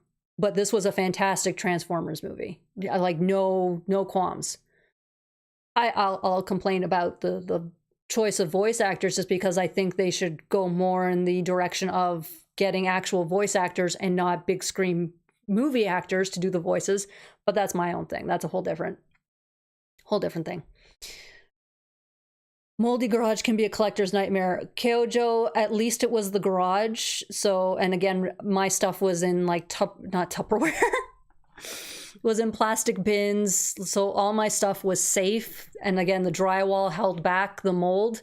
I got very lucky with that. So it was just a thing of, you know, once the garage is redone, I can bring my stuff back and then I can sort through more of my stuff and hopefully figure out where to put, you know, my collectibles and stuff. The sucky part was me and the housemates, we also like redid the insulation in the ceiling, in the ceiling, in the roof, the attic. I hate the English language. In the attic, we redid the insulation because this house is so old. They had wood chips as insulation mixed in with the stuff, and they found mold in the attic too. Granted, very little, but it was another chunk of change to clean the mold in the attic. Again, very little, small space. Luckily it was next to nothing, but that had to be redone too. So yeah, mold. I will put this out there for everyone. Get that checked out. It just pops up. It just pops up. We smelt it in the garage just because there was so much of it. So if you own a house, if you rent a house, get the landlord to check it, whatever. But it's a big deal, especially depending on where one lives, because sometimes where you live, it's harder for mold to grow, all that stuff. Hey, Lost Toy Box. Just wanted to pop in and say hi at Fan Expo Chicago. Jealous. Saw Greg Weisman. We'll have to catch up with you all later, but so happy so many people are here enjoying Desi's stream. Thanks, Lost Toy Box. Say hi to Greg from all of us. You know, we were chatting about him earlier. Let him know that we were going to send him questions so he can be a smartass in the comment, in his responses. Just mentioning that mold smell, I swear I can smell it myself now, see? It's the worst. It's the worst. That is the first time I have smelt mold, and it's not pleasant. But you know it when you smell it. It's like something's off. I liked TF1. Yeah, Lisa. Awesomer is a word, Eric. We are gonna make it a word. I don't care. But yeah, I love Beast Wars was my introduction to Transformers. After that, because stuff, I didn't get into Armada, I didn't get into Energon, I didn't get into Cybertron. Like, I missed a crap ton of Transformer stuff. Granted, that's all dubbed, so I'm not too mad about it. But then my next introduction into Transformers was Transformers Animated, and I fell in love with it all over again. And then the next one, I don't even remember. But like, they keep doing good things, and there's a bunch now. Again, I have to catch up on. They're more kiddie, like Earthspark and stuff. I don't care. I'm gonna watch it anyway because now I've met a bunch of the voice actors, and those voice actors are fantastic. So just because they're awesome people, I'm going to go watch their work. Oh, there was the War for Cybertron series that they did on Amazon. I watched that. I love the fandom, and Transformers 1 was finally the thing of, finally, there's no humans, because they focus too much on the humans sometimes. Like, I don't care. I want to see the transforming robots. Sail the high seas, spoken like a true. Yep. Shh. We won't mention it specifically, but yes, sailing the high seas is not a thing I'm against. Yes. Yeah. See, can we all like tell Lost Toy Box how jealous we are of them for being somewhere we all want to be? I want to be at Fan Expo Chicago. Cast of the friggin' Mummy is there. Like, come on. Yes, Transformers Prime. Thank you, Logan. I'm really bad with names, especially on the spot. But yeah, Transformers Prime. It took me a few years to watch it because I did not have the channel when it was airing. So I had to wait till it was streaming, and then I had to wait till I had the streaming service, whichever one it was on, to finally watch it. And out of that one, and again, I watched it because a bunch of the voice actors that I so well love, because they're awesome people. The biggest reason why I will watch half this stuff, because I'm like, oh, you're in this. You are an awesome person. I want to go watch your work and I want to support you, because at the same time, watching their stuff sometimes means that they'll get work in the future. This is how we, support one another, essentially. I agree with you. I felt like Paramount did a terrible job at marketing it. I didn't even see any marketing for it. The little bit that I did see, it was just like quick. I literally can't remember any of the commercials for it. And so it's just like, guys, what did you do? And apparently for the people that did see the marketing for it, they went, okay, this is the movie we're expecting to see. Went into the theaters and went, this is not what was promised. Like, granted, they were happy with what they saw, but it's like, this is what you were marketing one thing, and it's so far off from what the movie is about. Like, who was in charge of marketing this? What did you do? And more than likely, it's probably a thing of, well, we were trying to gear it towards the kids. It's like, stop treating kids like morons. They'll like story. But if you do it one way, and then people, of course, they're going to you need to market it for, because remember, yeah, you can market it towards the kids, and the kids will go, hey, mom, dad, I want to go see this. And you'll get a decent chunk of people going to go see it. But if you interest the adults, then the adults will take the kids. And the adults have the money, last I checked. But yeah, and then at the same time, I think it was in theaters for 2 whole weeks. I think I literally saw it on the last day it was in theaters. Like, that's how short a run it was in theaters. I'm like, guys, the box office money is essentially where you make your money, but you're taking it out of theaters so you can stick it on streaming service faster. What are you doing? Granted, Paramount doesn't seem to be the best in making decisions, so I'm going to put a lot of this on Paramount for messing that up, but at least it was a good movie. Thank you, Eric. So what, do I need to turn the Gargoyles channel into a Gargoyles Transformers channel now? At least with the live streams, we can talk about anything. Like the Friday videos will be Gargoyles, but heck, we can literally talk about anything during the live streams. This is where we're going to have fun. And literally, we are talking about everything in this live stream. So let's just continue with that. Too Many Humans was one of the biggest beefs I had with the Michael Bay. The Michael Bay films are essentially the Goliath Chronicles for me. In a sense. Like, okay, the first Michael Bay movie, great, because also it was, the first one that we got for Transformers. Like, it's 2007. Everything Transformers has always been animated, and this is the first live action. So I can't get mad at the 2007 one. And they did a good job with it. Okay, when it comes to the Michael Bay films, the first one is the best one. And then they slowly went downhill after that. Although kind of by the third one, I think they just kind of right off the cliff. But yeah, the last 2 Michael Bay films I haven't even seen, because I was done after 3. I'm like, if this is the trajectory that the movies are taking, I don't want to see the rest. And from everything that I heard, I didn't miss anything. So, and one of the humans was Shia LaBeouf. Love him or hate him, his character, he worked for the character.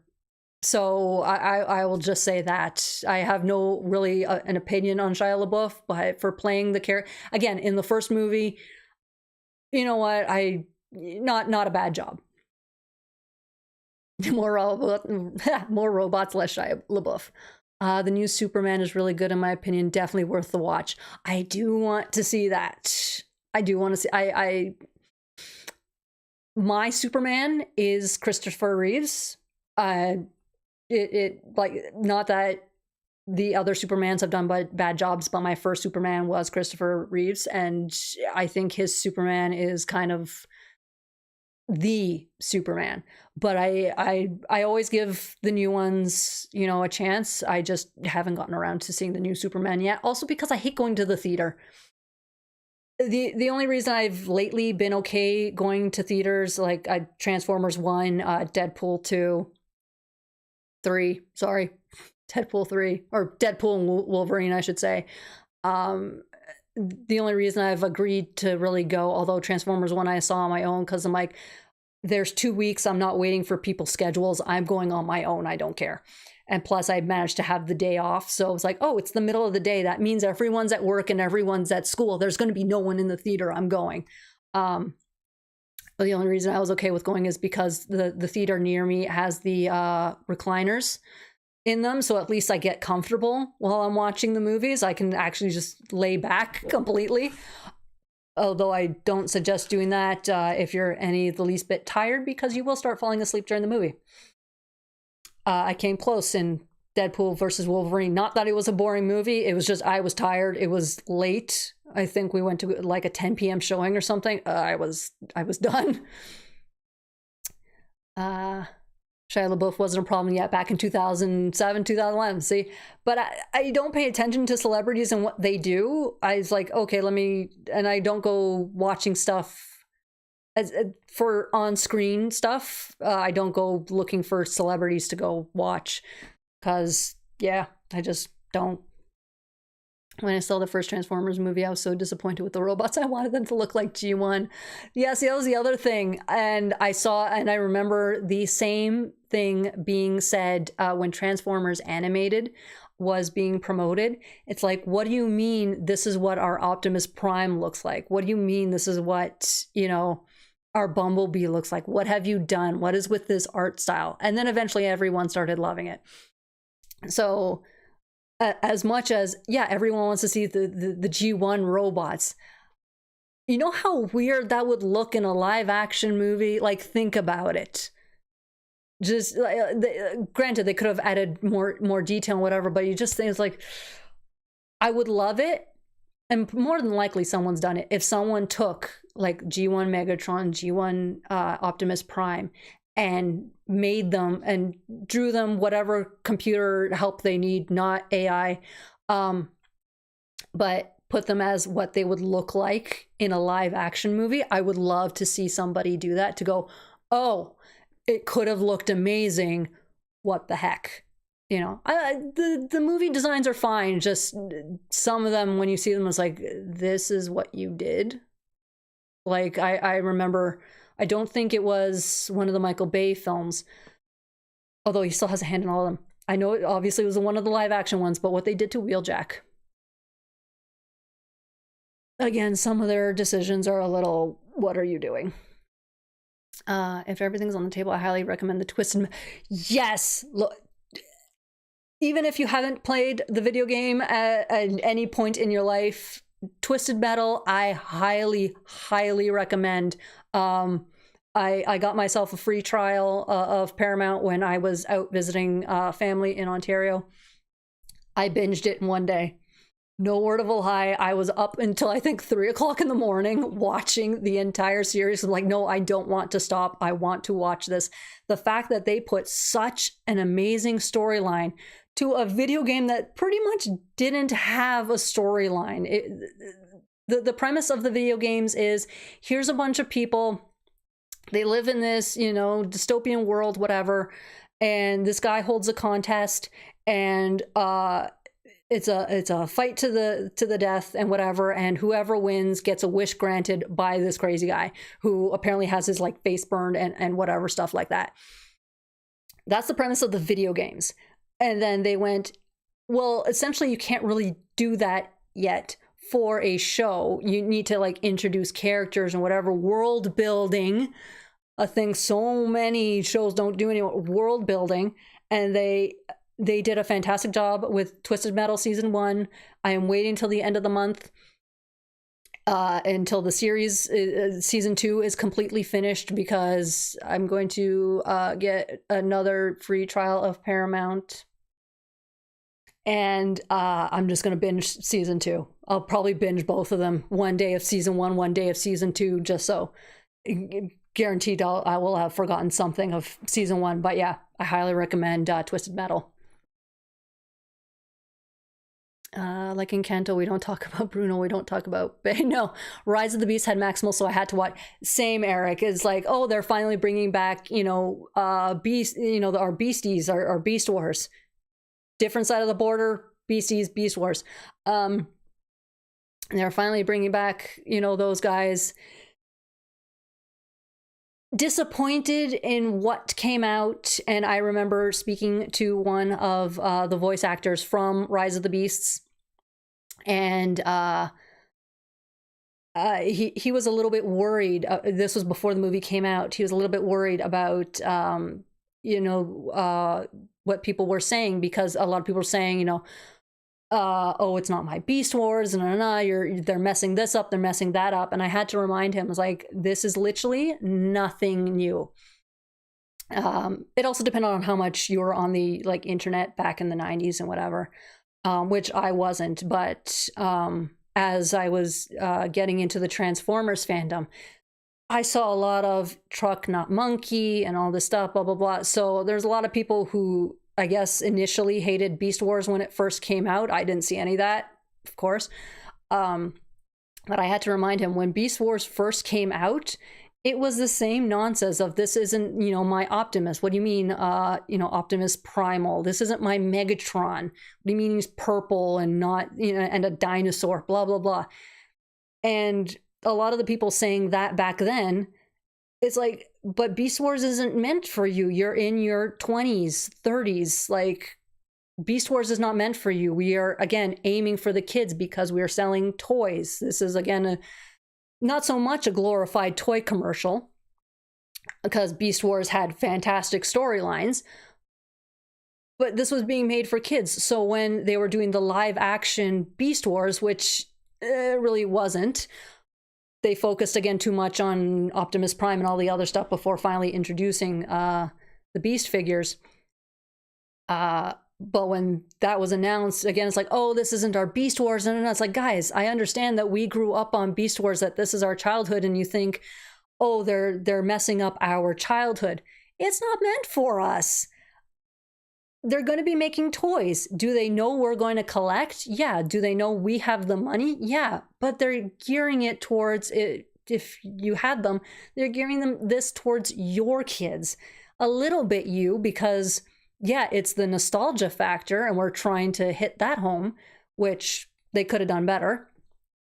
But it's aimed for the kids again. It's not meant for us. So I just a little bit of reassurance of, ignore whatever you're hearing online. Just, people are going to say whatever, and at the end of the day, they're probably going to enjoy it. And they did. Does it have its faults? Yeah. Nothing is perfection when it comes to a movie, TV show, anything. But I don't really have oh, I hated this thoughts. I took it as it was. Like, this is not meant for me. It's meant to just kind of hit that little bit of nostalgia and just take it at face value. We all thought it was possible for Shia to beg, so Megan gave us all nerds false hope. Being a chick, I wouldn't know, but oh no, Logan. Tell the joke. Go ahead.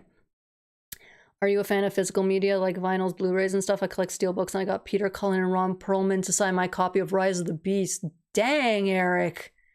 Yeah, I do prefer physical media.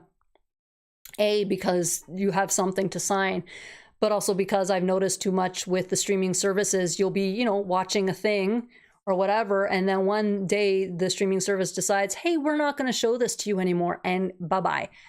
It's like, I'm paying for the service. What do you mean this is now like a rent? You've essentially turned this into a Blockbuster.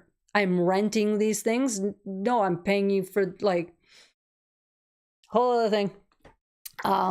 But yeah, no, I prefer physical media because yeah, the streaming services do that and you can't really trust them. Can't even trust them if you outright paid for something, because in the terms and agreements and whatever terms and conditions that they put in, some of these companies are like, yeah, even though you paid for a thing like buying a movie, oh, we can just take it back and, you know, remove it from the service, even though you paid specifically for that. So can't trust them, buy it, because they are turning everything into subscriptions and rentals and all that stuff. It's like, if I paid for it, it's mine. Okay, I know it's not considered a good movie by any metric, but the Speed Racer live action movie is so goddamn fun. I haven't seen that. And on it, I'm pretty sure I know people have seen it. I haven't seen it yet. I need to probably get around to seeing that. I haven't heard anything bad about it. Probably someone who is really specific about it will probably complain about it, but again, knowing nothing about the OG Speed Racer, I'm probably just going to enjoy it. At least in the Bumblebee movie, he was a VW Beetle, and that was nice. I liked the Bumblebee movie.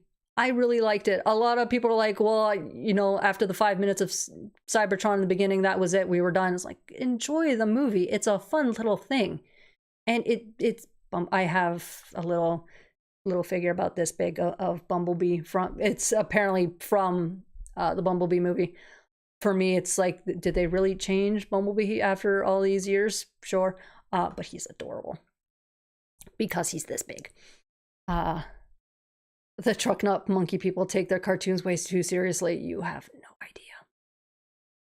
There you go, using logic. I know. I should stop that, but no, I'm not going to. Beast Wars, Beast Machines seem to be created because of the popularity of Reboot. That I don't know. And Beast Machines, that's my Goliath Chronicles. That is my Goliath Chronicles. I don't know what the heck they did to my Beast Wars after that. That was... And that's another thing that I'm trying to get through, because... they hurt me. They hurt me with that. I'm slowly getting through it, but it's just not my Beast Wars. Who's the opposite of Christopher Reeve? A Christopher Walken. It's a bad joke, Logan. Go sit in the corner. But if Gargoyles is going to ever be released as a movie, any changes made from the canon, we are all going to hate that. It is what it is. As long as Greg is at the helm of it, I don't have concerns. That's been the thing with me when it comes to anything that's released with Gargoyles in the title, or saying, hey, this is Gargoyles. When it comes to story, if Greg is at the helm, we have no problems. I mean, even Greg had his input. Greg helped write this, and yeah, is it a change from what we know? Yeah, but this is officially canon, mostly because he had his hand on it. But it's the story that we know with a lot of changes. They skipped over the spoiler alert. If you guys haven't picked this up yet, here's your spoiler alert to temporarily put me on mute or whatever. They don't talk about the massacre in this. They could have, like they did in the show, that granted not in detail, but they skipped over the massacre in that part. No one's going to get upset. No one's mad about that. It depends the changes, but I think as long as Greg is at the helm of writing and is allowed to write as his plan, he has his plan. As long as he's allowed to follow that plan, again with, oh, but it's for kids, so you need to tweak this. So whatever, he knows how to work around that. Just give him, like when the show is being aired, just give him full reign, and everything will be fine. You should give Transformers Cyberverse a watch. It was meant as a kid show, but the way Megatron does Starscream at the end of the season, show took it so good. I do need to watch Cyberverse. It's on my list. It's just, when am I getting around to it? That's the biggest one. The demand for another season was so high, another one was made, and let me tell you, Soundwave was my favorite. Soundwave is usually not the one I hear as being a favorite. It's Starscream, it's Optimus, it's Megatron. To hear Soundwave, that's a nice change. Don't do it. Muse Machines has a good soundtrack and a good Viacons, but yeah, wham bam, what? Yeah. The thing is, I need to watch it, Eric, because I need to see what they did. So at least if somebody says, you know, they did this wrong, I can be like, did they though? Did they really? Just so I know what the heck is being talked about. That's it. And just to see how wrong they went. I've watched, I think, half of the first season of Beast Machines. I know they've done so much wrong, but it's more for knowledge sakes. I don't like Goliath Chronicles, and I still watched it so that at least if somebody brings something up, I can go, but that's not right. This is what they messed up specifically. Eric, you still haven't bought the book? What? Go get the book. I'm assuming you're American. It's like $6. Go get it. It's cute. I was tempted to grab another copy. I actually didn't see if my bookstore had extra copies. They had mine, but I was tempted to grab another copy just so that hopefully one day I could get Greg to sign it and maybe give it away to somebody who watches or something. I am trying to do that, by the way. If we get a completely original Gargoyles movie storyline, on the other hand, it'll be great regardless. Again, so long as Greg is the writer, as long as Greg is there, I don't trust other people, because even for the Marvel comics, like Greg told them, he gave them input, but eventually they just kind of went their own way, and he's just kind of like, well, I'm not the writer on this, so there's nothing I can do.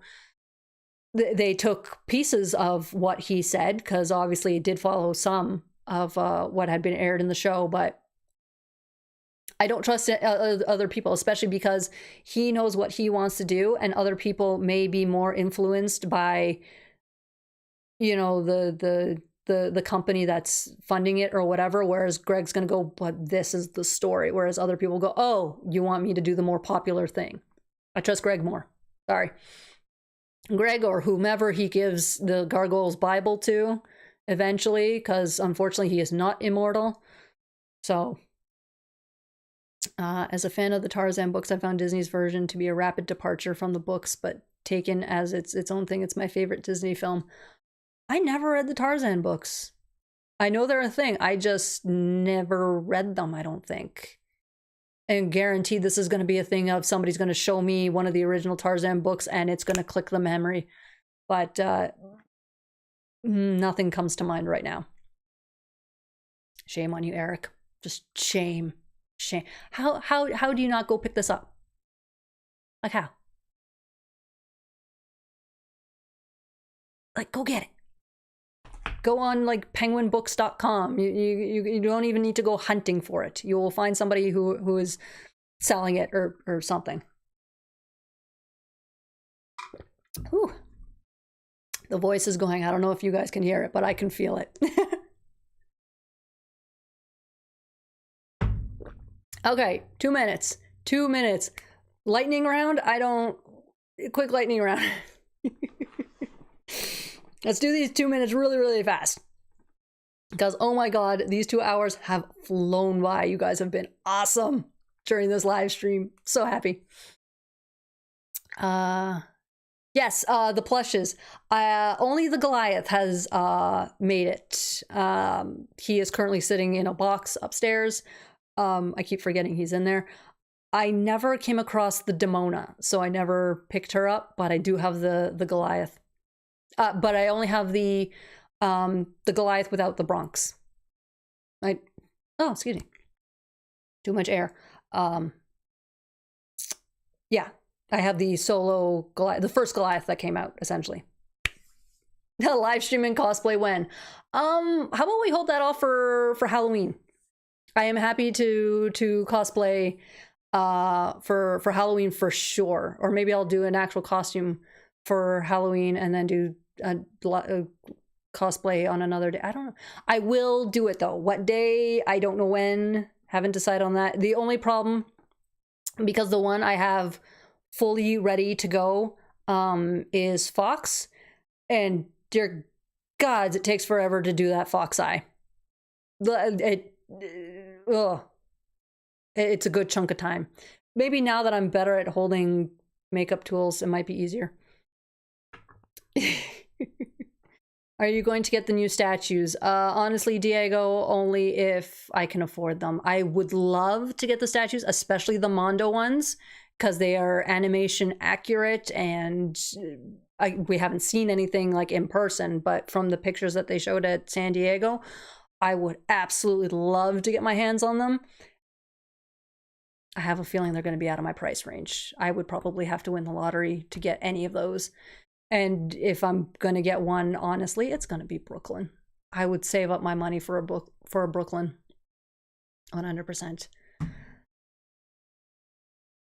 Sneak peek of... I don't even need to do a sneak peek. My past cosplays, I only have one.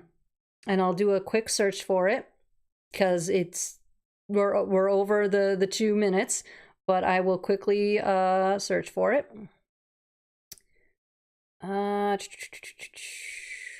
See if I can find it. But I do have a picture of my Fox cosplay, and it's I did do an Elisa cosplay, but I have no pictures of my Elisa cosplay. It's just I just didn't at that time.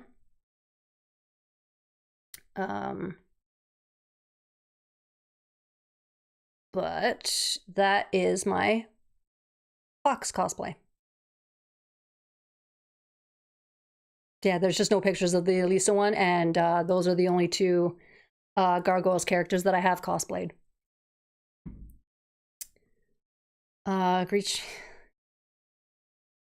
Yeah, I don't think Mondo's going to be actual statues. There's something else going on down there. Get the housemates to assist with makeup. I should. No, the hardest part with it's just the drawing, and I trust my hand more than other people's just because I'm picky, essentially. And yeah, so I need, honestly, Simon, I do need to make a stencil that would make not so much spray paint, but something where I could just, you know, stick it to my face and then just outline it easily. Quite the foxy lady. So that is the end of this live stream. Thank you everyone so much for showing up. Thank you for the conversation. This one has been amazing. My voice is actually going to hurt until tomorrow. I can feel it, but I am so happy that it will, because that means we had just an absolute blast in the chat today. So thank you to everyone for showing up. Guaranteed I'm going to be doing this again next Saturday, same time. So the only thing you really need to wait for is to see if I announce it with another potato gargoyle, which I probably will. It's waiting to see which potato gargoyle I do. So with that, as always, and this is going to be a thing for every live stream or video, be kind to yourselves, be kind to one another, be the good that you want to see in the world, and I can't wait to see you guys again next week. So until then, guys, have a good night and see you later. Bye.